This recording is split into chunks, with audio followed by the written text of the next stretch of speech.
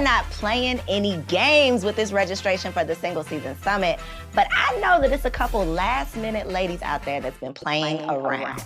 So this is your last chance reminder that you gotta get in where you fit in if you want this to be your last season as a single woman. Register now to join me for the VIP All Access experience.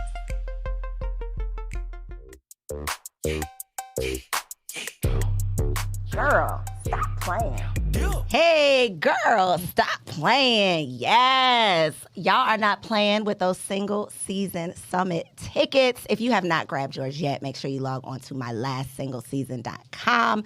Welcome back to another episode of the Girl Stop Playin Podcast. I am your host, Coriel, and I have an amazing guest in the building. When I tell y'all that this episode was like ordained, y'all are in for a treat, okay? This was definitely an organic... Very organic. This was an organic interview, and it's going to be an organic conversation. So today we have an amazing guest, Jini Thornton. She is a CPA to the stars, as in CeeLo, Furcha, and Ari Lennox, just to name a few. Her resume is long, y'all. Okay, so we got to put some respect on her name because she is definitely an expert. She has an amazing online platform, Thank Me Later, that teaches Black women about money, so make sure y'all follow her. And with all of that, she still managed to have a successful marriage of over 33 years and 2 wonderful sons. Now, with all of that being said, Jini also knows about money, and she definitely knows about keeping that honey. So welcome to the Girl Stop Playin Podcast, Jini. Thank you, Corey. I'm so happy to be here. Yeah, so we got to talk really quick. My producer's going to get me because this ain't on the script. Okay. But I just want to, because this was ordained, like literally came to the studio last week. We happened to meet, and our conversation, because of the topic of this podcast, was interesting to you. Tell us why. I was just so happy to see somebody in your age group. You know, I'm in my 50s. I'm like, I am so happy somebody is finally talking about this. Yes. Please talk about this. I'm tired of being a unicorn. You know, I'm tired of being a woman who's married, who's been married for a long time, have children, and people are like, are you real? You know, like, why am I the only one? What is this thing? So I'm like, yeah, somebody's finally talking about it. And that is the whole mission behind this show. It's how can we have these important conversations that can truly move the culture forward? Because we could say for the culture, Black girl magic, all that stuff all day. Right. But if we are not having these open, honest conversations, then we can't really move forward. So, but before we move forward, my first question. Yes. It's a mess, y'all, but I got to know about Method Man. So in preparation for this interview, I'm all up and through your Instagram. Make sure y'all are following her. But you had this Method Man post. Oh, my gosh. Tell us your Method Man story. And in this post, in the caption, you mentioned after you told the story that you had to go home and tell your BFF the story. So I want to circle back to that, but tell us the story. So I do a lot of work in nationally syndicated radio. I was at the radio station, and I'm walking down the hall, and I was like, oh, my God. It is Method Man. And it kind of surprised me. Not just, I didn't know he was there, but he was taller than I expected. I'm like, he is finer in person than he is on TV. And so. And this was when? This was probably about 5 years ago. Okay. And so, although I work in the entertainment industry, never starstruck, I was starstruck. And I was like, I have got to have a picture. And so when you're taking the picture, I'm like, why does he smell so good? Like, why does this man smell so good? So, Coriel, even before I could get home, I'm in the car calling my husband, David. You'll never believe this. You will never believe who I just met. So, yes. And to see all of this, you know, about this mature man who looks absolutely amazing. He is so fine. I'm like, yes. Still.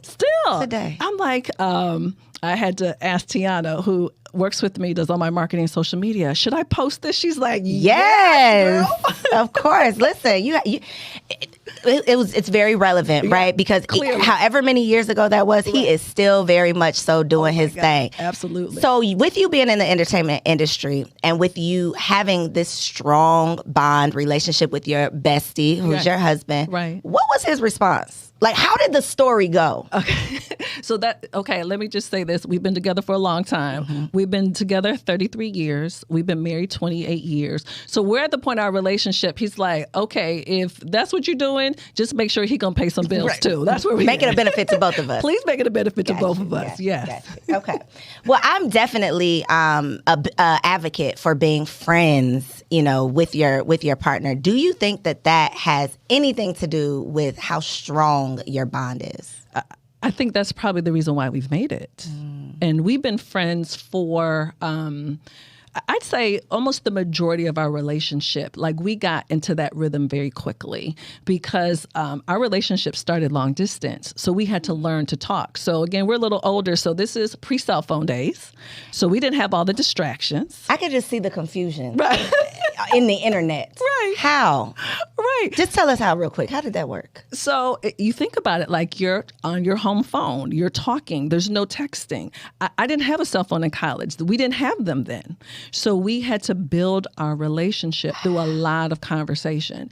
And so I think that's literally how we got into our rhythm of our friendship. Mm-hmm. And so I think the distance, fortunately, allowed our relationship to get stronger versus becoming a challenge for us. And we've always, we got into that rhythm very quickly. So I authentically enjoy his company. I love his sense of humor. And so we've just been friends. I love it.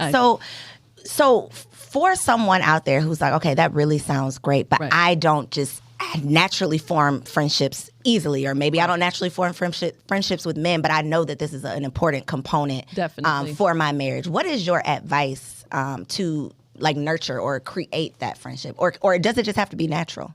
I think part of it's natural, but I think men are more simple or simpler than what we think. Men like things easy, no conflict, and I've always been a woman. My mother always taught me, if you can't beat them, join them. So I learned to love the things that David loved. So he loved college basketball. I love college basketball. He loves sports. I love sports.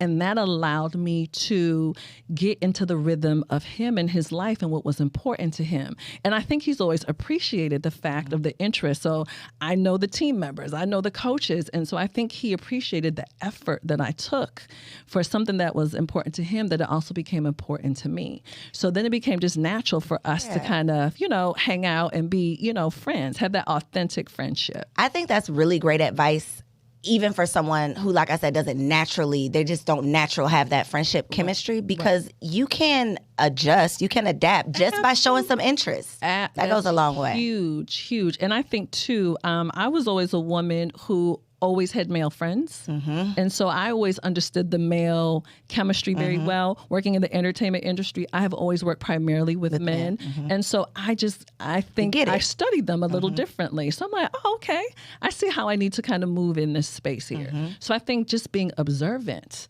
and being willing to be flexible. You have to be flexible. Relationships are a give and take, regardless of the relationship. Mm-hmm. So be willing to do that.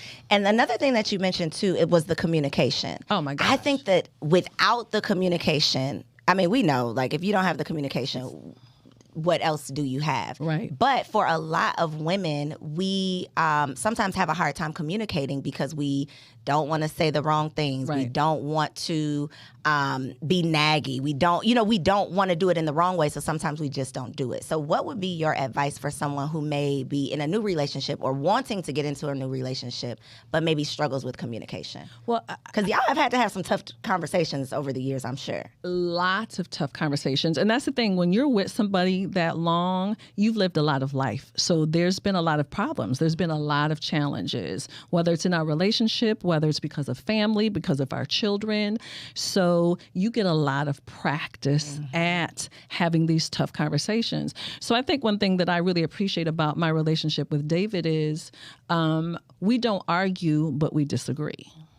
And so we've always had very specific rules about that. So we don't raise our voices. We don't use any profanity. So we have some real standards about how we communicate with each other, particularly about difficult things. So because of that, and we are very solution oriented, what's the goal here? So it's not about me being right, him being wrong, or vice versa. What are we trying to accomplish here? So we are able to get into, that rhythm really, really quickly and get on the same page. So we've all heard like the number one reason why couples divorce is finances, right? Absolutely. It's such a hard topic to talk about. Yes. Most of us don't even know nothing about it, which is why we're not confident in talking about it. Right. So for a single woman out there, or maybe someone who's just entering their relationship, what is your advice on building the confidence to have those money conversations, because that is such a crucial part of your relationship? I think the level of money talk is based on the level of your relationship. And so what I mean by that, like if y'all are just starting to hang out and kick it, I think it's a little premature, but I think it's an opportunity to pay attention, though. And what I say, I'm not necessarily looking for red flags, but I'm looking for pink flags. Like, what are those things that could become a problem? So are you dating someone who like never opens their mail ever? Like they're constantly allowing relatives to borrow money from them. Like those are things that you realize can become an issue. And then it's easy to figure out what people's priorities are, because if you know he likes sports, but does he like to travel? What's his retirement goals? So then money begins to become more of a conversation versus saying, what's your credit score? Right. Like how much debt do you have? And it's so intrusive. It's very intrusive. But, you know, a lot of times, Coriel, we could be the ones with the problems. So it's not just about what's going on with him, you know, whether it's your student loan debt or you have credit issues. What are you doing, you know, to make sure that you're in your season of preparation? So even if you're the one with the problem, how are you going to have this discussion with him, coming with a solution to the problem too? Because I know men, you know, David has a really good friend who was dating someone that I really wanted him to marry, but he was like, that credit and that debt, way too much going on. And I saw him really back away from that. But I don't think she took it seriously. But what is your plan? Because who wants to be equally responsible for something that you created? Like, how are we going to deal with this? That is so real. And this is one of those things that, you know, I would say back in the Single Wives Club, like, you don't want to show up to the table and you have to explain all of these things. Like, you want to limit how much explanation how many disclaimers you have to give out on these dates. So by doing the prep work up front, before you enter a relationship, before you step back out on the scene, you know, to find this partner, making sure that you are a match for this man that you want. Because we often have these standards for men. You know, he has to make X number of dollars. Right. He has to have this title, be so far in his career. But then we don't necessarily match that. And Coriel, what I notice is, as progressive as women are now, you know, there's certain things that we're like, okay, that's too old school for us. But then I see we're picking from the menu some of the traditional things that we want to keep. He has to make, you know, more money than me. He has to have this, this, and this. But for all these other things, you want to... I'm the boss. I'm the boss. It's like this whole new paradigm. But like, you're picking things from the menu that you want. So why can't you just have a little bit more of an open perspective? And so when you made your point about this being, you know, a woman's season of preparation, you don't have to be in perfection, but you need to be executing your plan. He wants to know what you're doing, because that's what I want to hear from him. Hey, I had this issue in my life, but this is what I'm doing. Exactly. This is what I'm doing right now. Yes. Because I want to see somebody that's proactive versus like, you know what, it ain't that big of a deal. Take me as I am. Right.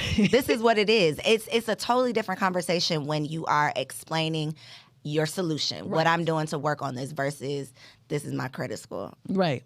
And but I'm cute. Right. No, it don't it's work not like enough. That. It's not enough. It's definitely not enough.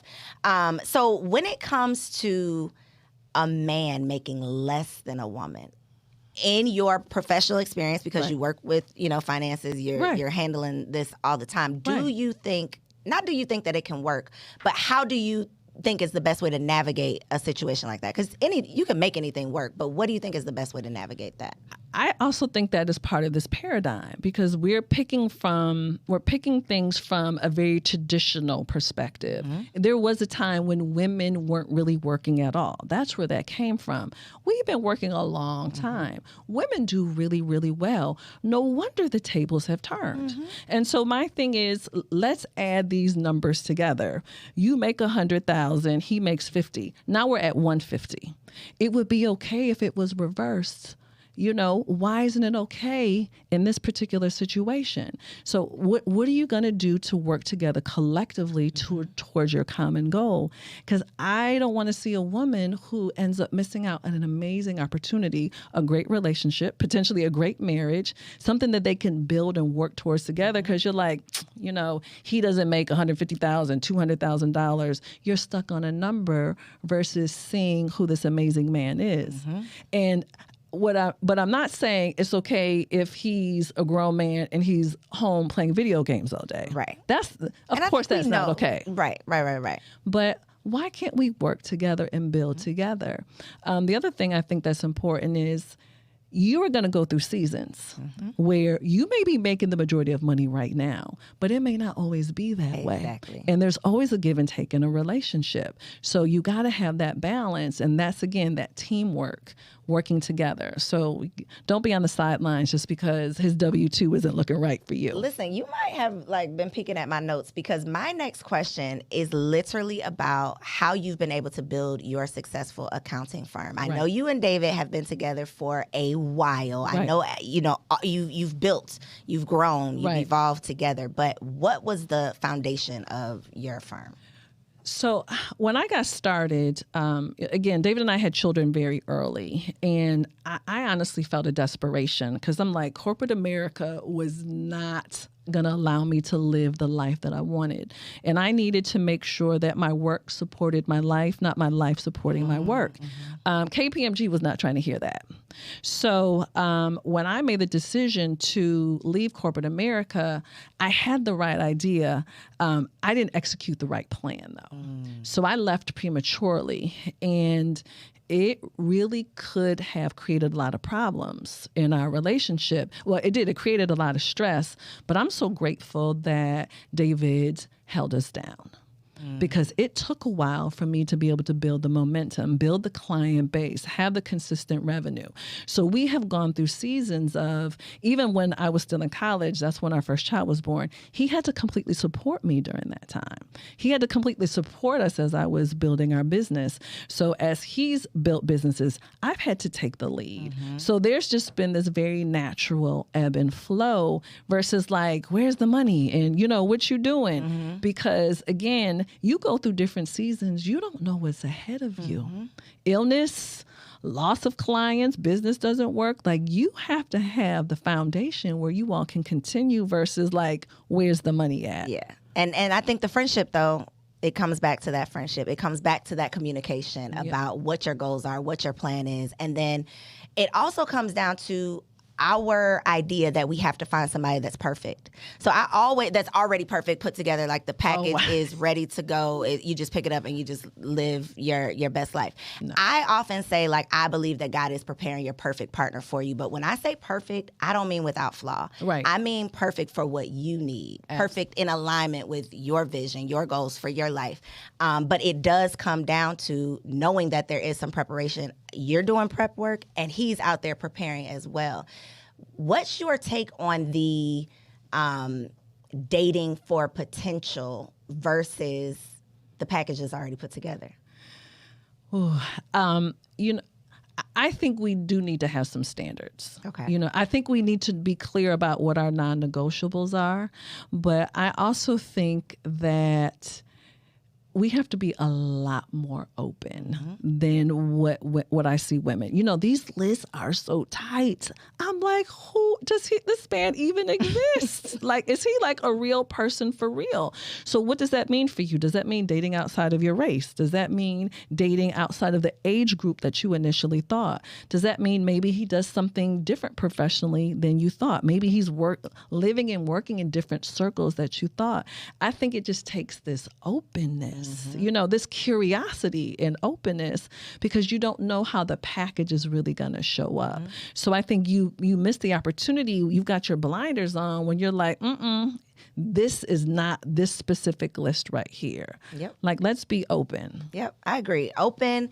And then also being a match to the list, because there's no way for you to manifest this list if you are not a match to it. It's not going to happen. You are certainly in a season of preparation. You're not in a season of waiting. And so what is the work that you're doing on yourself, for your whole self, to make sure that when this man enters your life, like, y'all can go, versus you trying to work out some stuff? Like, take this opportunity and seize this opportunity as a season of preparation. Yep. And I think one of the reasons why a lot of successful women especially are missing out on seizing the opportunity is because they think that they have to choose, that they can't have the money and the honey. Right. So from someone who has, been blessed to get both and maintain. Right. Because it's not just enough to attain it. We're trying to maintain it. What is your advice for the woman out there who feels like, I can't give that any energy because I have to focus on this? So, Coriel, this is the number one question that I ask when I meet younger women. So I'm 52. So when I'm meeting younger women and they're always telling me about their career and how amazing things are, so I'm like, tell me about your personal life. Crickets. So my thing is, tell me, if you're in your 30s, when you see yourself at my age, what do you want your life to look like? And how do you think that's supposed to happen? So if you see yourself having children, or if you see yourself having this particular business, why do women think that having a relationship is taking something away versus adding something to them? And that's why it becomes this or versus a natural and. And I think we have to give ourselves credit of what we're capable of handling. We do have the time for it. And so it's very difficult to see the pain. It's very difficult to see women who are like, nope, I don't have time for that. You do have time for that. Because if you want to be where I want to be at this point in my life, like, you have to begin to work on this right now. You got to make the time. You have to make the time. And it's a beautiful thing. It helps you get to where you want to be. It enhances your life. And just when my logic just clicks in, right, and I think about the woman who's like busting her ass, killing it, and then I think about, at the end of your life, right, who is going to benefit from you busting your ass and killing it? Who's going to benefit? Who are you passing that down to? Who are you creating this legacy for? Because if you are not making time, if you're not prioritizing your personal life as you are your professional life, then you're literally working so hard. You don't have enough time to enjoy it yourself, and then you're not even leaving it to someone that you love that can enjoy it after you. And see, that's the perspective I have. Because again, my peer group, we're in our 50s, and my friends have so much regret because of what they did not focus on when they were in their 30s. And it was very difficult for me to be a woman in the entertainment industry specifically. I was always the only one who was married. I was always the only one who had children. And I'm like, why are you all okay with me being a unicorn? Like, shouldn't this be like, this should not even be possible? And so that was always my thing. Like, I should not be the unicorn. Why can't I be the standard versus something that's unique? And it's interesting to me that women had a harder time accepting who I was, married and with children, than men did. So I'm like, why, hey, we should be on the same page about this. Men accept it more, and y'all are trying to figure out like this is weird. It should not be. What's going on here? So for the women who do want this to be the standard and who do say, okay, I want both, I want to prioritize both, how? How do you maintain your career, your status as a wife, your status as a mother, you have friendships? How do you maintain all of these things without losing yourself? Because I think that's what the fear comes down to. It's, I don't know who I will be as this person. With all these different titles. I've had to learn really just how to put the big rocks in first. And what that meant for me is, especially after I had children, okay, what type of mother do I want to be? And if this is what I want, how do I have to show up in my children's life? Like, what's this image? And Coriel, my thing always was with my kids, if they're going to be spending money on therapy, it's not going to be because of me. So how do I have to show up in my kids' life? So I'm feeling good about it. So then I was able to create my life and schedule around that, because okay, that was what was most important to me. My kids, my family, my husband, and then I built business around that. But it all worked. and it was all in unison for me. So I figured out how to learn, like what times of the day I could work. I could work to a certain time, switch over to family stuff and then go back to work. How to manage my schedule on a 7-day, 7 days a week versus 5. Just all these different things so I could balance and manage it all. So again, to me, it was just all a function of priorities. But it is possible because y'all have figured out everything else already. Certainly you can manage this too. Listen, I'm trying to figure that thing out myself. We are trying to figure it out. Speaking of, this is a personal question I'm about to slide in here. Right.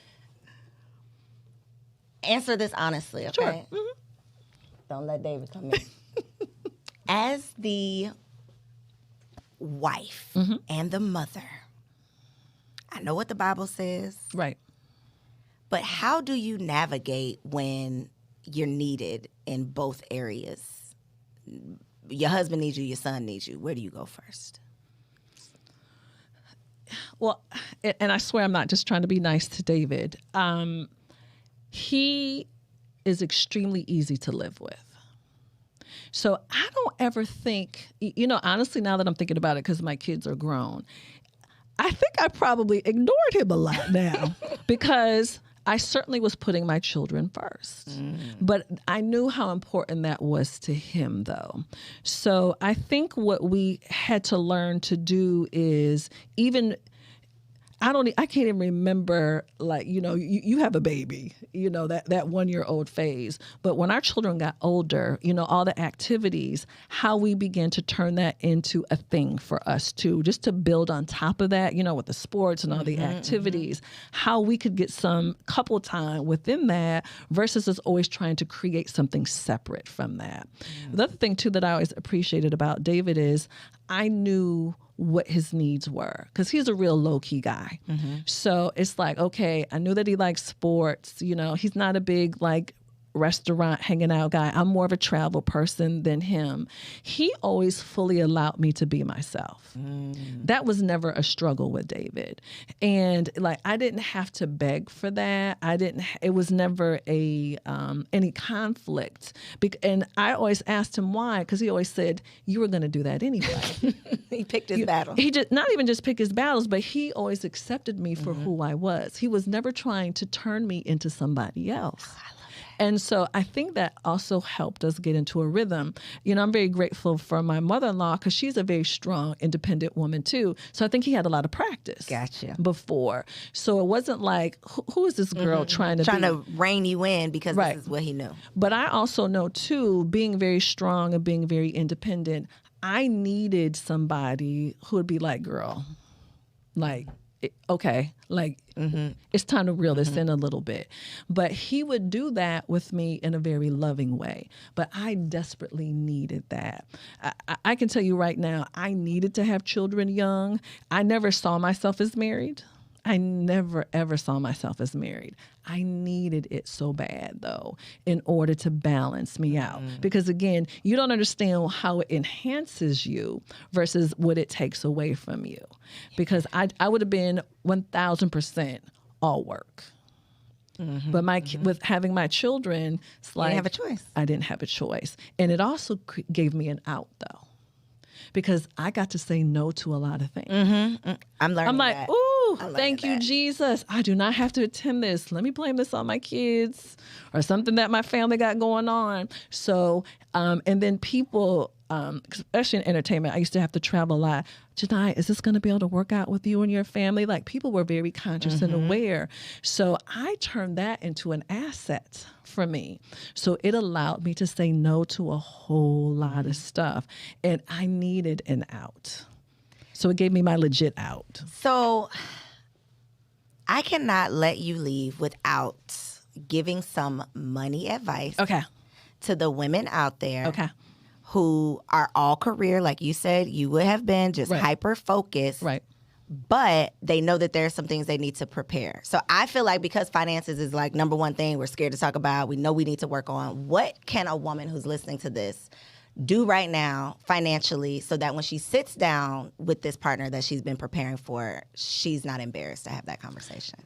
So the thing, Coriel, is like we know what the foundation is. We know the basics. So it's a matter of being okay with them. So of course, credit is important. So knowing where you stand for real. You know, where for real.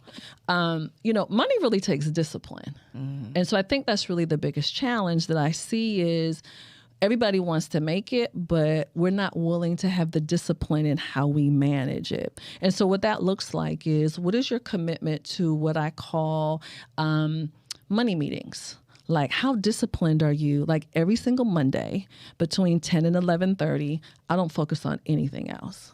You can't talk to me during that time. Like, I am completely focused on my personal and my business finances.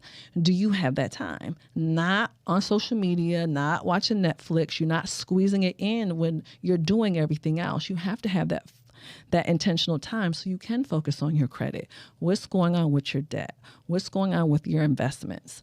The other thing, too, that I see women doing is not having a longer term perspective.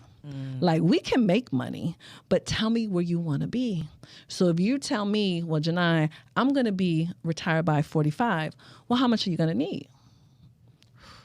Like what is it? Like that's a number. That actually requires some math, basic math though, because like, what are you working towards?